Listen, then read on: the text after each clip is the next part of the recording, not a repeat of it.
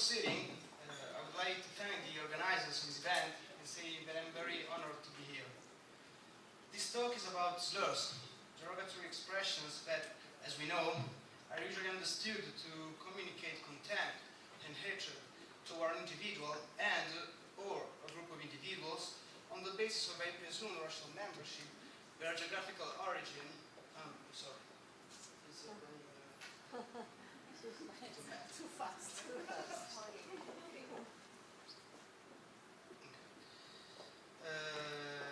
So slurs are expressions that are usually understood to communicate contempt and hatred toward an individual and or a group of individuals on the basis of a presumed racial membership, their geographical origin, their sexual orientation, or other features. In recent years, these expressions became an issue of increasing interest in philosophy of language, since they possess puzzle-linguistic properties, such as to distinguish them from other expressions of language, pejoratives in general included.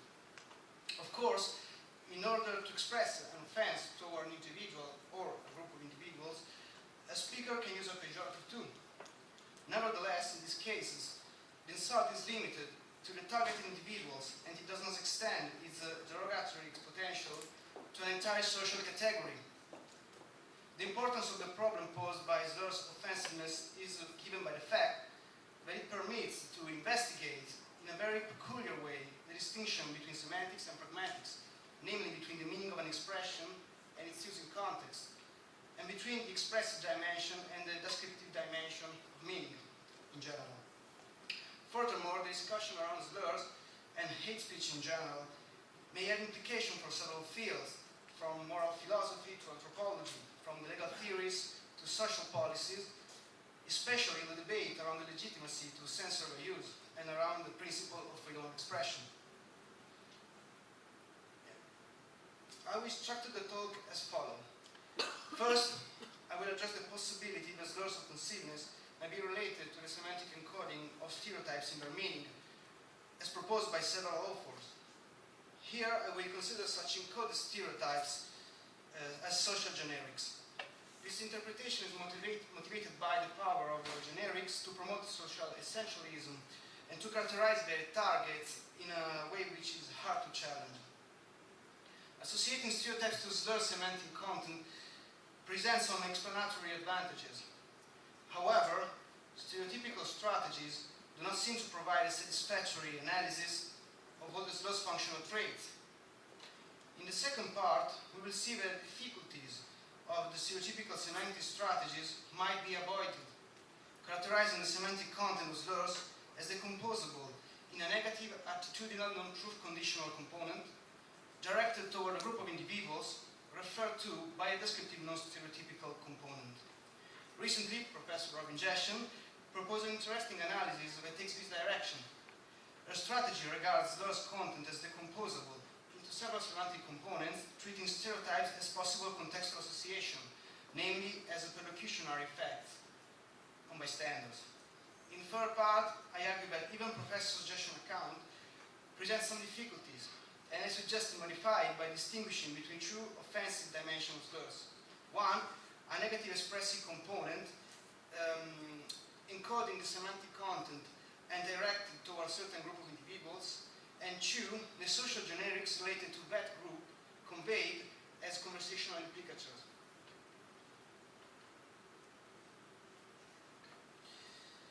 As I said, different authors have contended that the offensiveness of slurs is related to the semantic encoding of stereotypes in their literal meaning.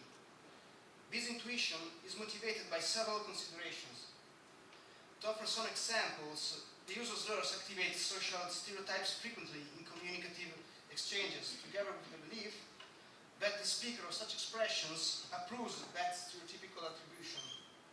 Secondly, both stereotypes and slurs talk about groups, often in a derogatory way. Furthermore, the stereotypes encoding hypothesis could explain why some of these expressions are perceived as more insulting than others, and this could be linked to a difference in the encoding of stereotypes. For example, where an expression like nigger is extremely derogatory toward African Americans, a term like lime is much less derogatory toward the English. It It also could explain why these expressions are surrounded by a stronger taboo status compared to pejoratives in general. Finally, if slurs semantically encode stereotypes, then it's possible to explain the use of slurring terms whose extension can be restricted only to some in-group members or expanded to include even out-group members, since it will be sufficient for individuals targeted to be conforming to the stereotypes as slurs ascribe.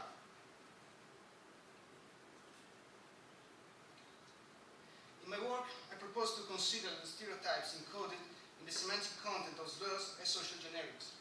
Generics, which are generalization that omit quantifiers like some, most, or all, behave in a different way compared to ordinary quantified statements, as they express claims about the essence of a particular category instead of its particular members.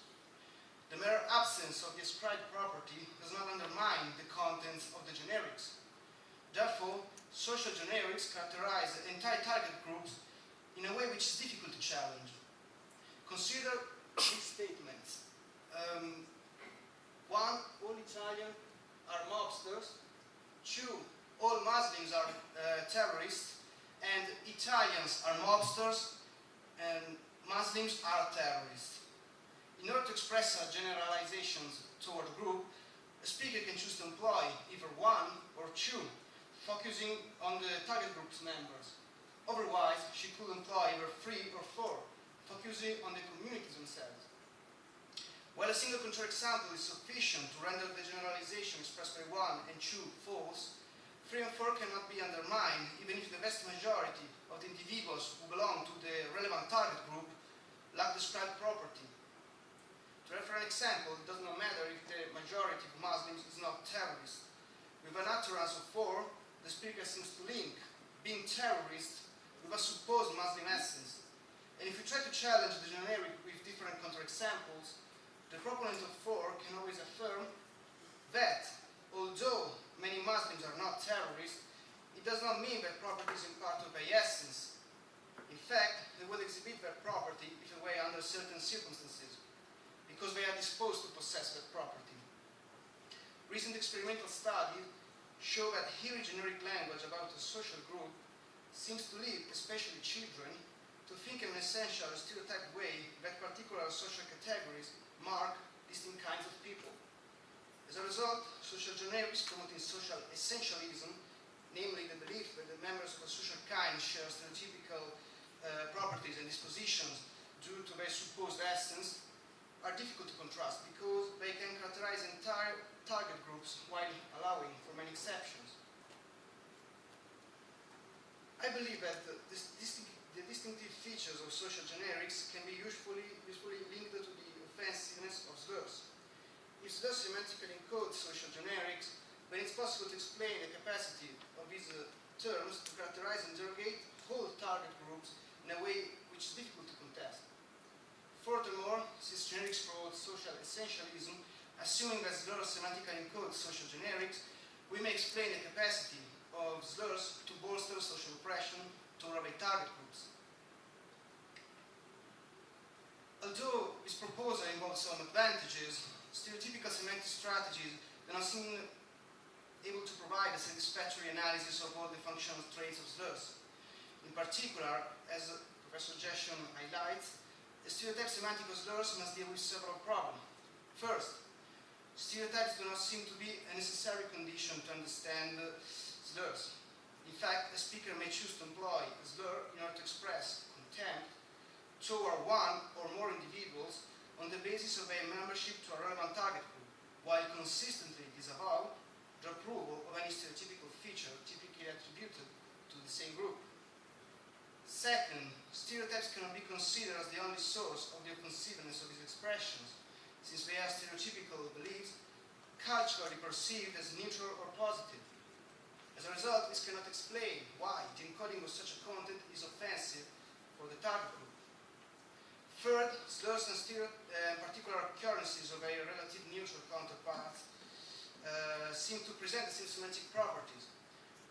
Compare utterances like John is a nigger or John is black, where the C superscript indicates stress intonation of contempt, or consider an utterance where a pejorative is associated to the neutral counterpart, as in 7, John is a fucking black. It's undeniable that 6 and 7, as much as 5, express an offensive content toward an individual, John, on the basis of his group membership. However, it's not plausible to maintain that these occurrences of neutral counterparts involve the semantic encoding of stereotypes.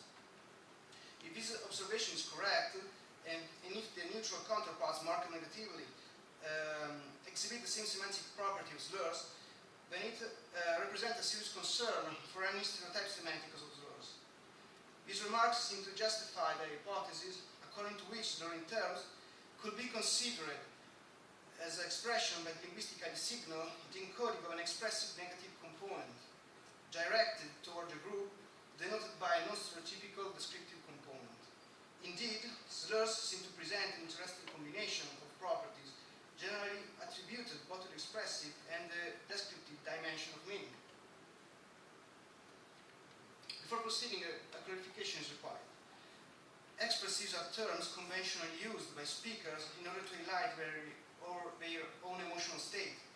This category includes expressions such as pejoratives, pure expressive, for example, ouch or oops, and honorifics, for example, madame or sir.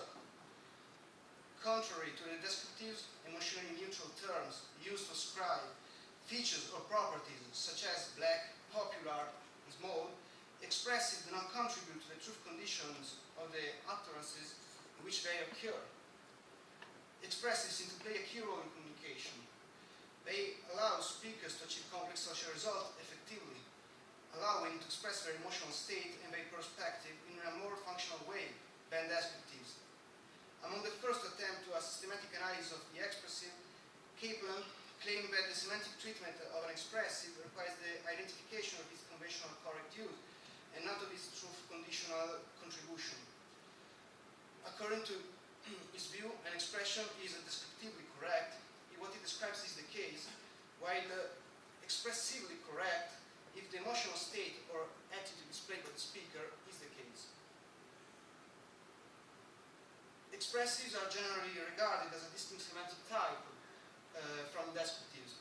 However, this categorization seems to be questioned by the behavior of slurs, which, as we observed earlier, seem to present an interesting combination of properties generally attributed both to the expressive and the descriptive dimension of meaning.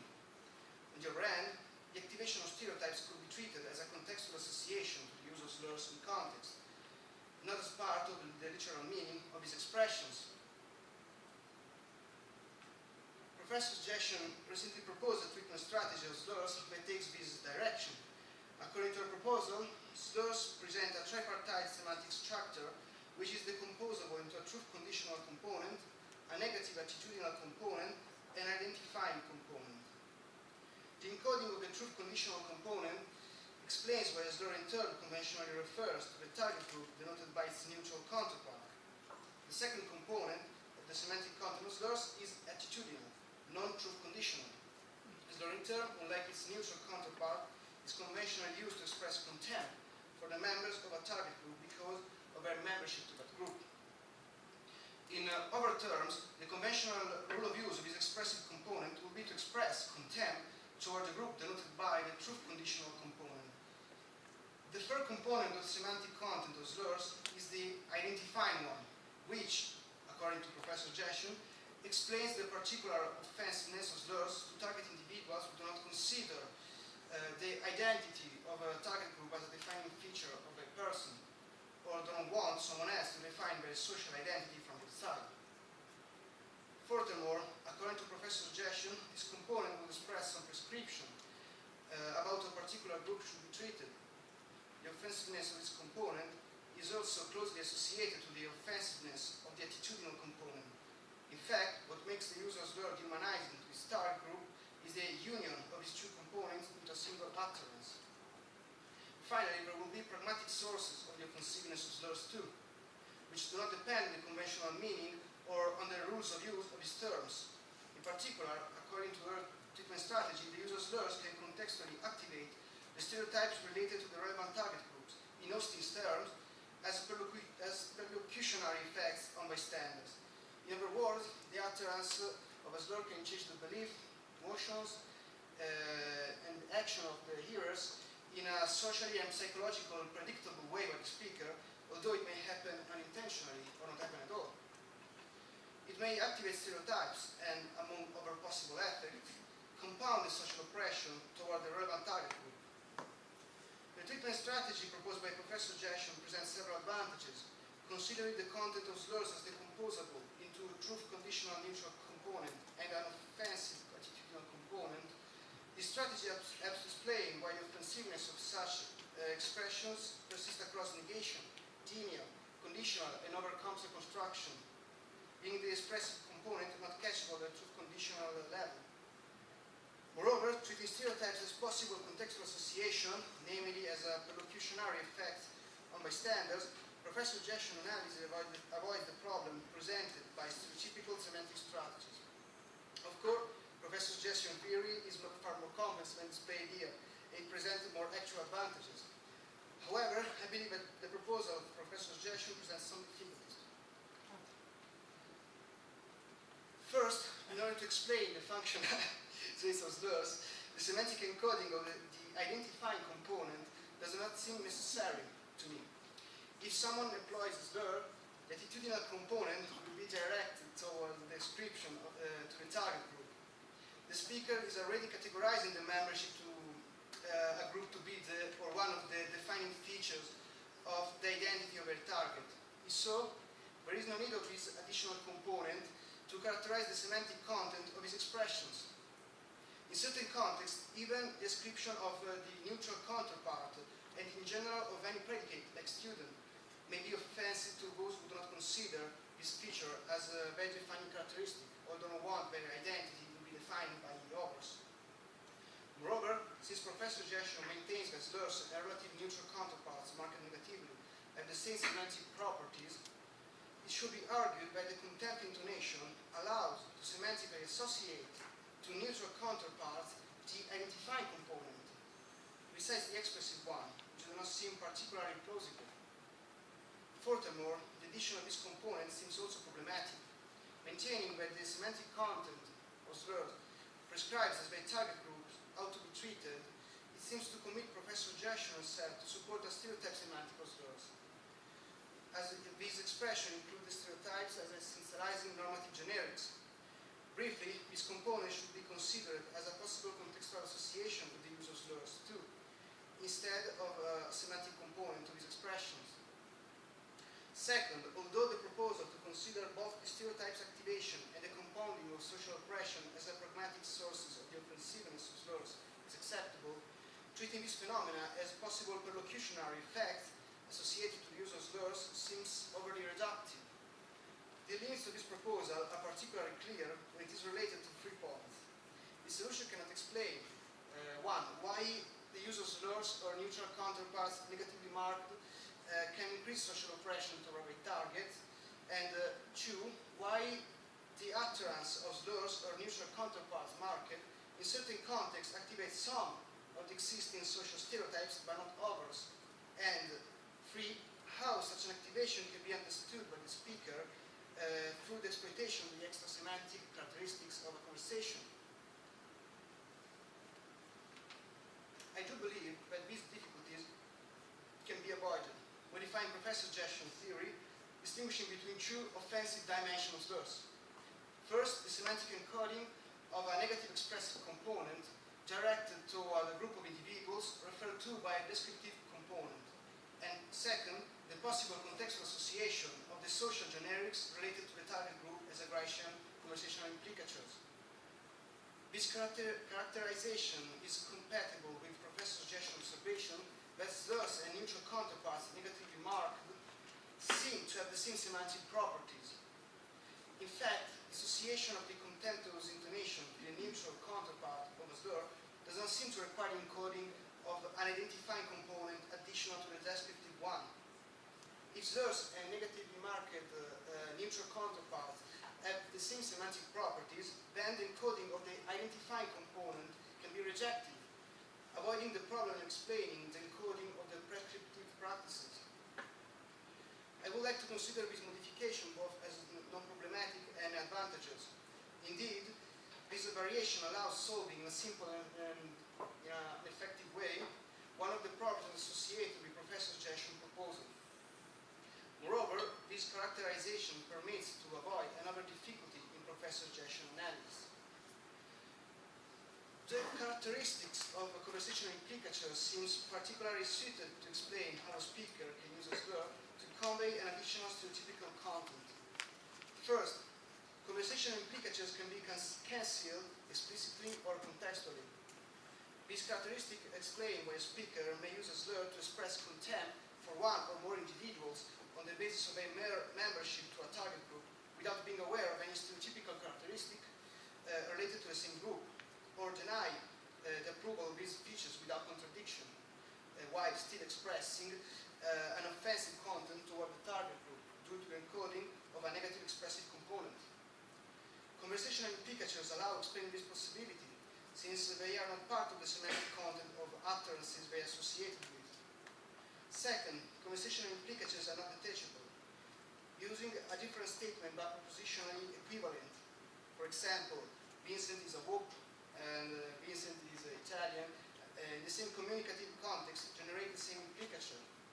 This could explain why, for example, answering the question, why do you think Vincent should not be hired?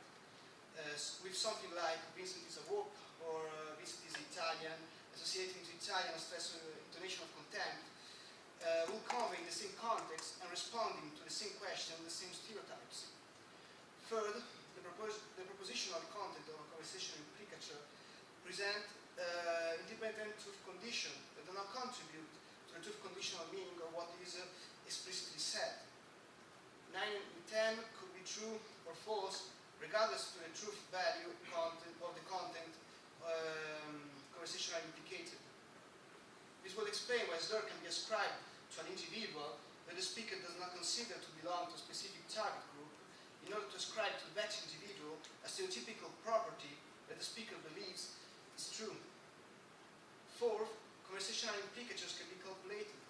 Namely, it's possible to reconstruct a series of inferential steps that guided the hearers to derive the implicature and which may be expected by the speaker. Finally, this characterization offers a possible explanation to the reason why the use of slurs or the negatively marked neutral counterpart can bolster social oppression toward their targets. Indeed, considering the social stereotypes conveyed as social generics, it is possible to explain why the offensiveness communicated by slurs is so difficult to challenge. Summing up, we can say that given that generics promote social essentialism, this additional source of offensiveness can easily explain the capacity of slurs to increase social oppression toward their targets. This characterization allows to avoid the main problems posed by the properties of slurs. However, this proposal needs the resolution of two problems, which will require further extensive discussion far beyond the goal of the present work. Slurs and pejoratives in general can be used ironically in a friendly but non-appropriate way among outgroup individuals in order to increase their social intimacy. In this context, the use of slurs is fundamentally based on description of stereotypical features contextually solid. Therefore, association of social generics is very significant in the context of an utterance and does not seem to be cancelable by the speaker himself without contradiction.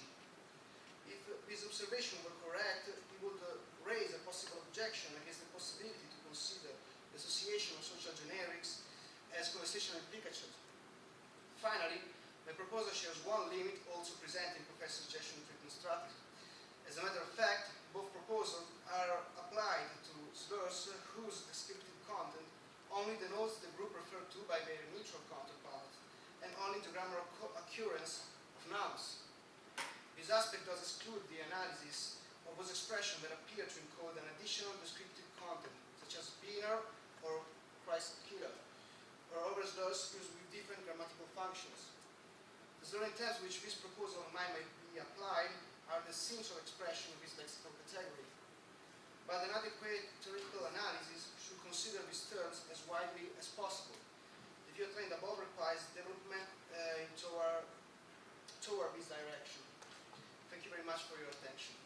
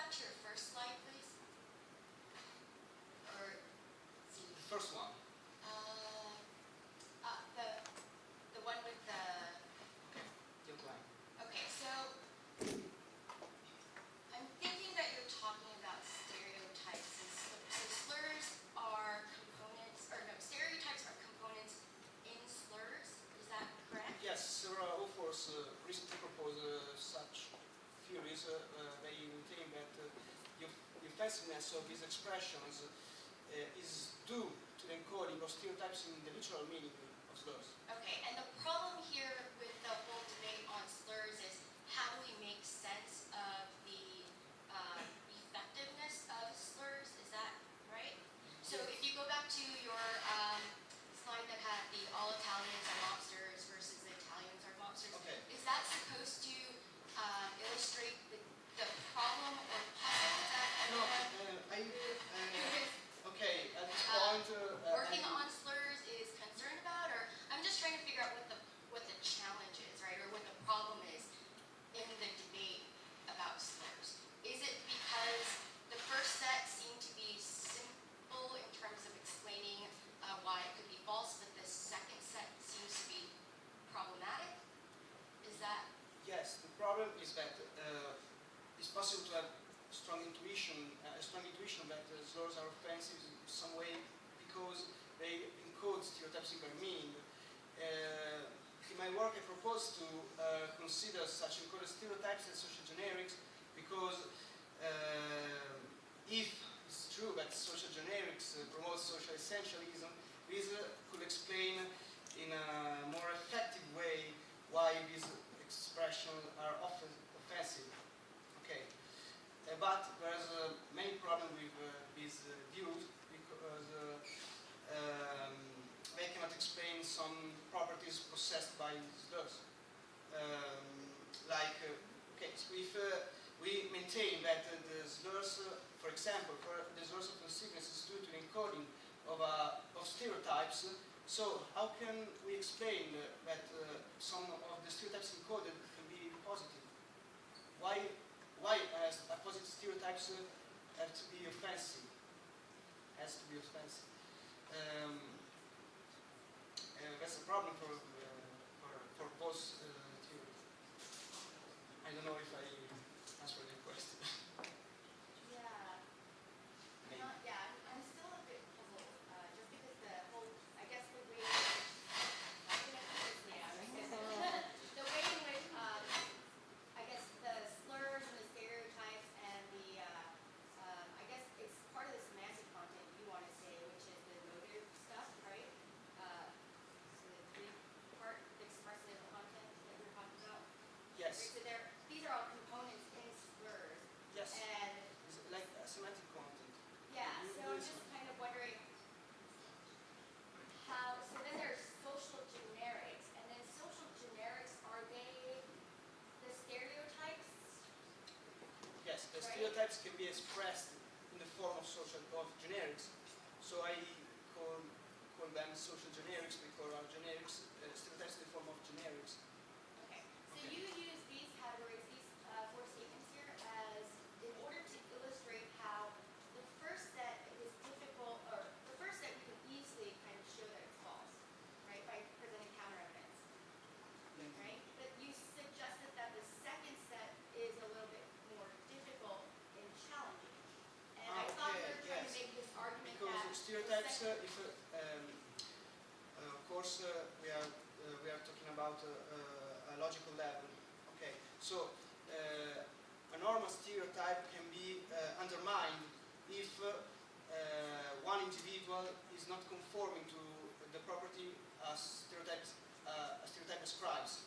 Okay, generics cannot be undermined if there are even many counterexamples. So is a kind of stereotypes more very stronger than normal stereotypes, quantified stereotypes. Okay, so this is, in my opinion, is a possible way to read the stereotype semantics of slurs in a way which can be more effective or more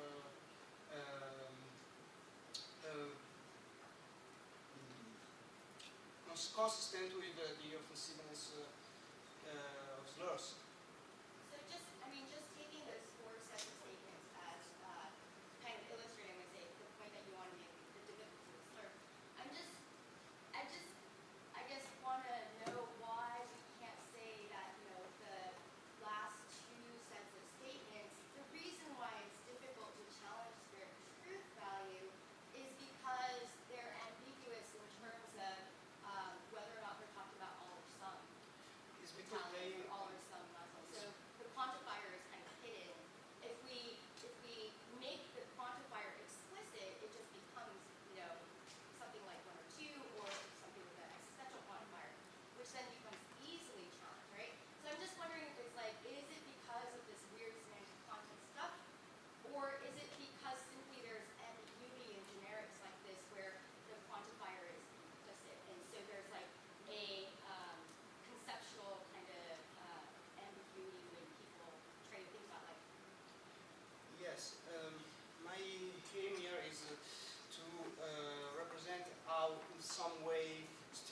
stereotypes can be represented in our mind, because in our mind stereotypes regard the category as a whole, okay, and despite the fact that some members cannot, maybe they don't have some property, some particular property. In fact, an author that studied this kind of the difference between the generics and quantified statements.